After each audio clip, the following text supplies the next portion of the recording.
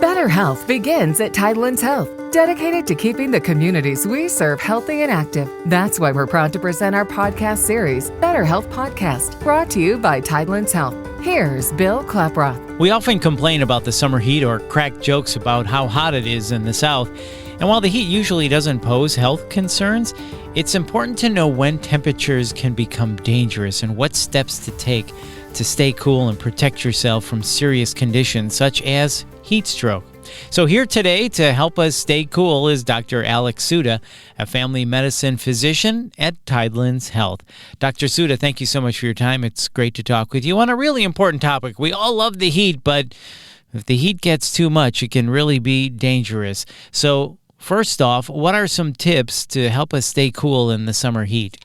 These conditions are very much preventable, and if you make accommodations, preferably ahead of time, if you just devise a plan and execute it, you can avoid a lot of these issues just with your day-to-day travels. And that can be anything from wearing appropriate clothing, which, although simple, is very effective, lightweight, light-colored, preferably loose-fitting, that allow you, it's just more breathable.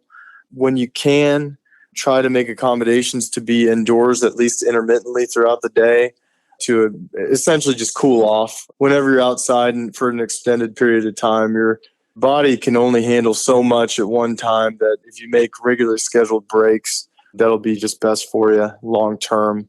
Outside of that, just wearing sunscreen, which is something that impressed upon, but just reinforcing that is very helpful. And also eating cooler things, which sounds pretty straightforward, but just keeping it light as far as salads, sandwiches that are cold, and things like that will really be effective as well.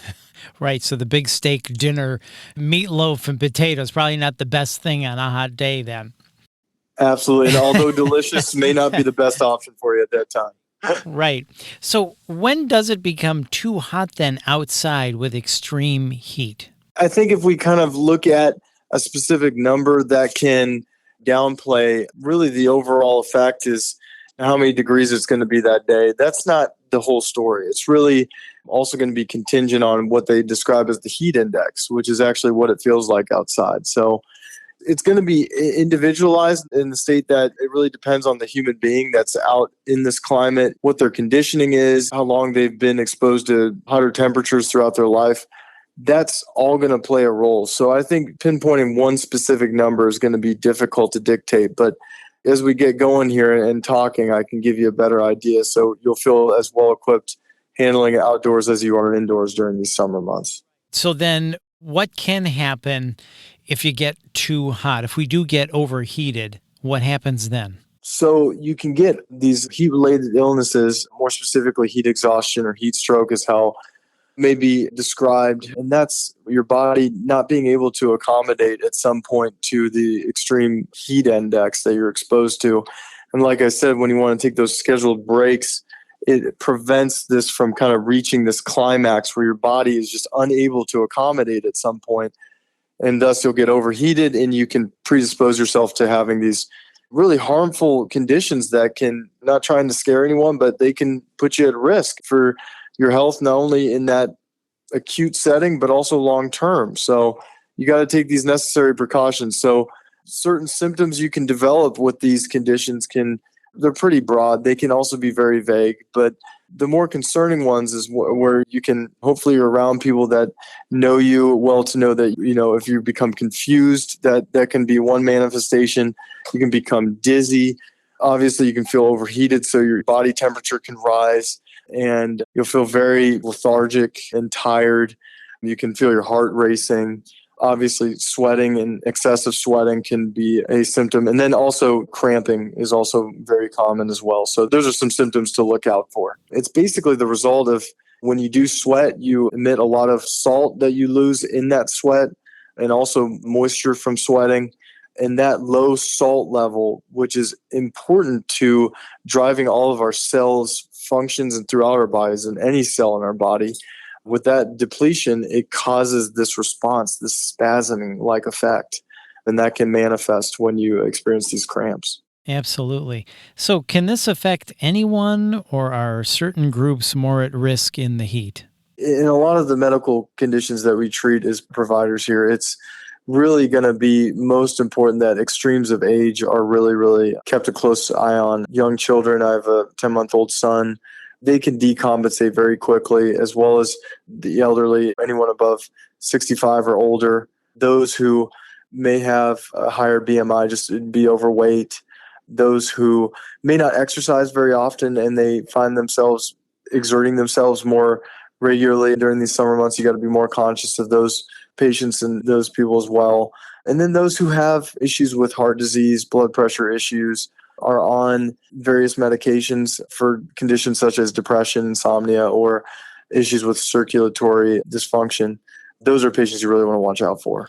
So the elderly, the very young, people with a higher BMI, people with heart disease, blood pressure issues, depression, etc. So those things or those types of conditions really can exacerbate these heat-related conditions. So really good to be aware of that. So thank you for sharing that, Dr. Suda.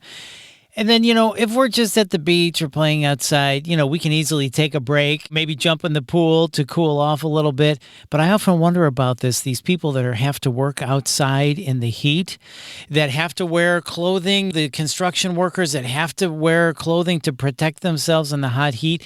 What can they do to avoid heat-related conditions? I really think the biggest thing there is obviously those who are exposed to these hotter climates. I'm very lucky to work inside, but those who have to work outside, they just have to be understanding that really having a proactive plan by making sure that they are accommodated with enough water.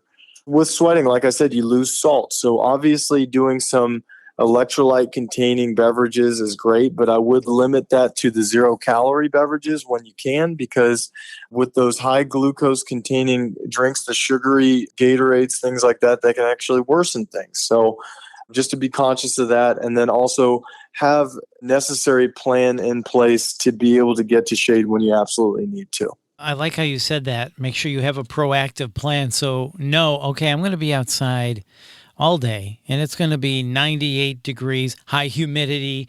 So I better have a plan. So I better have water with me. If I do bring electrolyte drinks, make sure we avoid too much sugar in those drinks, and have a plan to be able to get out of the sun if and when possible to cool off. Is that right? Absolutely good. Very, very well put.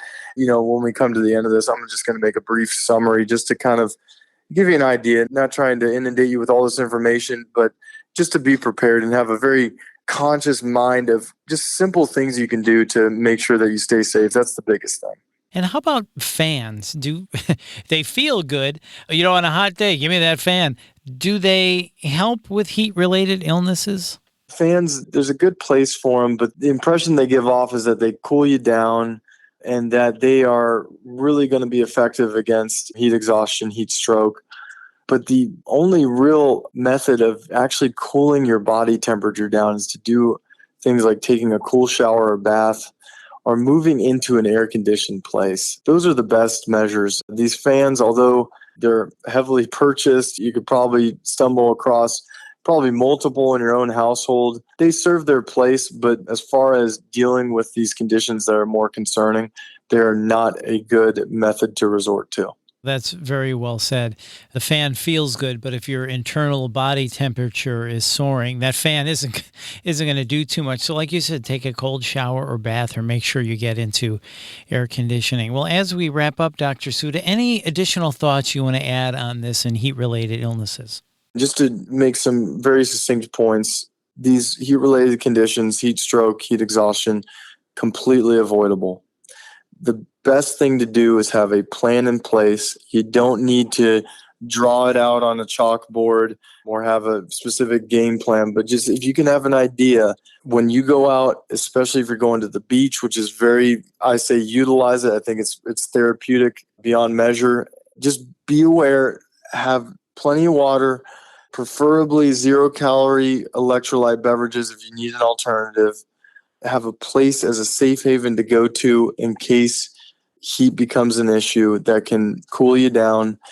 And other than that, the biggest emphasis is to really get that quality of life and to go out and enjoy your summer, but being safe at the same time is really all I emphasize, because We don't get this opportunity much with kids being in school and all that. When you have the opportunity to go take the family somewhere, go enjoy yourself, but just make sure you have a plan in place when you're out in the heat. So have a plan. I think that's great advice, and be prepared and know what you're going to have to do to make sure that you're cooling down properly when we get into these very sunny, hot days of summer. Well, Dr. Suda, thank you so much for your time. This has really been informative. We appreciate it. Thanks again.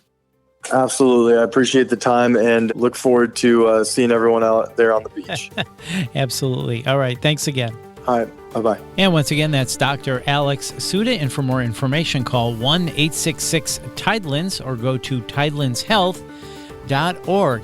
And if you found this podcast helpful, please share it on your social channels and check out the full podcast library for topics of interest to you.